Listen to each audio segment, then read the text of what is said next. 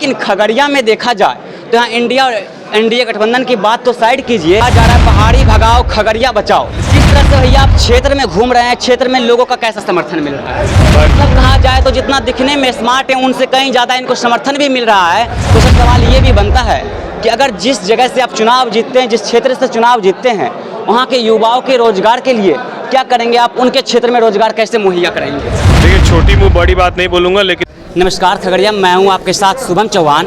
अभी हमारे साथ ही बहुत ही संघर्षशील व्यक्ति हैं। मतलब कहा जाए तो जब से इन्हें खगड़िया का लोकसभा का उम्मीदवार बनाया गया है तब से लगातार क्षेत्र में संघर्ष करते नज़र आ रहे हैं। लेकिन उससे पहले भी भागलपुर में काफ़ी लोगों का सेवा किए हैं, वहाँ भी काफ़ी सारे संघर्ष का सामना किए हैं। लेकिन यहाँ मीठे मीठे सवाल के साथ कुछ तीखे सवाल की भी ओर चलेंगे।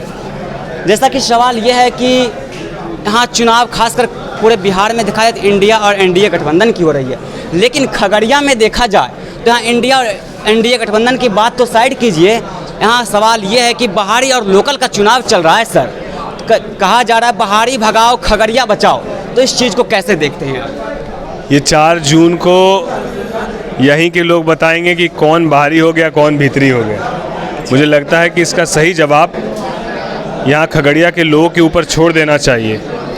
जिनके पास विज़न का अभाव है, जिनके पास इच्छा शक्ति का अभाव है, उनके पास यही सारी बातें हैं। आपका क्या विज़न है? हम लोगों ने अपने विज़न को चीख कर लोगों के बीच न केवल रखने का काम किया, बताने का काम किया, बल्कि किस तरीके से करेंगे उसको भी हम लोगों ने बताने का काम किया। जिस तरह से भैया आप क्षेत्र में घूम रहे हैं, क्षेत्र में लोगों का कैसा समर्थन मिल रहा है? भरपूर प्यार, भरपूर समर्थन और युवाओं के अंदर गजब का जोश। मतलब कहा जाए तो जितना दिखने में स्मार्ट है उनसे कहीं ज़्यादा इनको समर्थन भी मिल रहा है। तो सर सवाल ये भी बनता है कि अगर जिस जगह से आप चुनाव जीतते हैं, जिस क्षेत्र से चुनाव जीतते हैं, वहाँ के युवाओं के रोजगार के लिए क्या करेंगे आप? उनके क्षेत्र में रोजगार कैसे मुहैया कराएंगे? देखिए, छोटी मुँह बड़ी बात नहीं बोलूँगा, लेकिन ये ज़रूर बोलूँगा कि यहाँ पर उद्योग की बहुत संभावनाएँ हैं और हम लोग उद्योग को यहाँ पर इस्टेब्लिश करेंगे। और जब उद्योग इस्टेब्लिश होगा, आर्थिक रूप से ये ज़िला मजबूत होगा, तो रोज़गार के भरपूर अवसर भी मिलेंगे और एक पहचान भी खगड़िया की देश स्तर पर होगी। लेकिन इस तरह की बात आप करते हैं तो सर पूर्व में देखा जाए तो आपके ही लोजपा के सांसद थे, तो ऐसा क्यों नहीं हो पाया?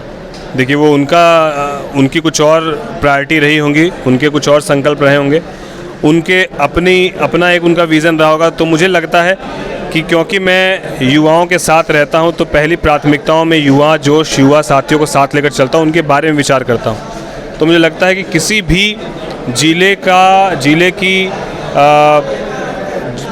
उपलब्धियां यदि आप देखिए, या किसी भी जिले का विकास तभी संभव है जब उस जिले को आप आर्थिक रूप से मजबूत करते हैं, वहाँ के नौजवान साथियों को आप रोज़गार से जोड़ते हैं। तो मुझे लगता है कि न केवल वो जिला मजबूत होता है, बल्कि साथ ही साथ उस जिले की पहचान देश स्तर पर होने के कारण वहाँ के नौजवान साथियों को भी एक बड़ी पहचान मिलती है देश स्तर पर, और वो प्रमुखता से अपनी बात को देश स्तर पर कहते हैं। उस कॉन्फिडेंस को लाने की ज़रूरत है, बढ़ाने की ज़रूरत है। जिस तरह से भी आप क्षेत्र में वोट मांगने के लिए, वोट के लिए घूम रहे हैं, जा रहे हैं, आ रहे हैं, क्या चुनाव जीतने के बाद उनका सुख और दुख का हाल पूछने जाएंगे आप?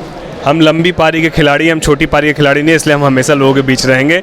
अगर 5 साल के लिए चुनाव लड़ना होता तब हम लोग इस सवाल पर आते, लेकिन क्योंकि लंबी पारी खेलनी है तो लोगों के बीच रहना है। जितना विश्वास उन्होंने दिखाया है उतना विश्वास उनका जीतना है, तभी हम लोग। मतलब जैसा इनको समर्थन मिल रहा है, विश्वास भी दिख रहा है सर। अगर इस तरह की बात आप करते हैं तो क्या जनता के बीच लिखित शपथ लेंगे आप? लिखित रूप में शपथ लेंगे? देखिए, हम लोग श्री राम जी को मानने वाले लोग हैं। रघुकुल रीत सदा चली आई, प्राण जाई पर वचन न जाई। तो हम लोग यदि कुछ कहेंगे तो हवा में नहीं कहेंगे, और क्योंकि मेरी विरासत में सियासत नहीं है, तो हम लोग कोई भी ऐसी कमिटमेंट को करके दोबारा लोगों के बीच नहीं आ सकते हैं यदि हम पूरा नहीं करें।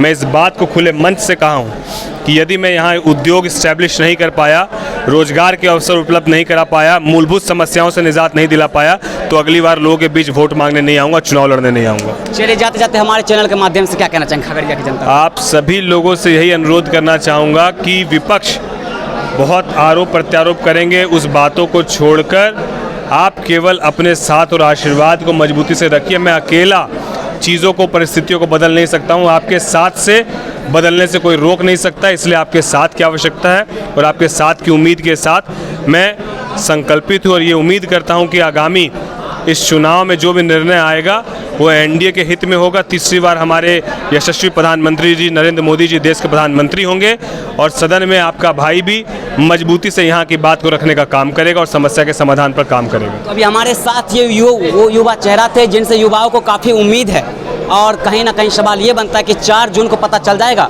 कौन बाहरी और कौन क्षेत्र के हैं।